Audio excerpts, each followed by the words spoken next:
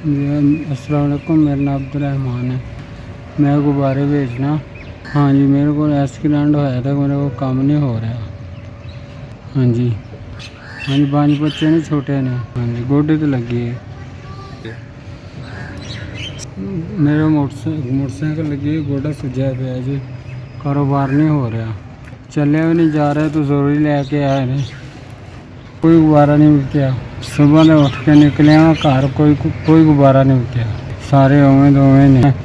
Gas खराब हो रही है इन्हां दी। दूर कित्थे जाइए जो चलिया नहीं जाता। बहुत मजबूर होए खड़े हैं जी। 7 बंदे खाने वाले हैं तो कमाई 1 रुपए की नहीं हुई। मैं अज भी निकलिया तो अज भी नहीं, कुछ नहीं होया मेरे को। चलिया भी नहीं जा रहा जी।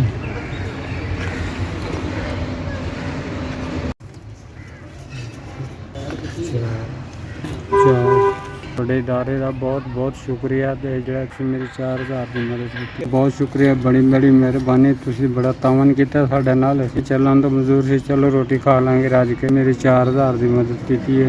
ਇਹ 2-4 ਦਿਨ ਮੈਂ ਸਕੂਨ ਕਰਾਂਗਾ, ਦਵਾਈ ਖਾਵਾਂਗਾ, तो खर्चा करांगे। 4000 मेरे को पहुँच चुके।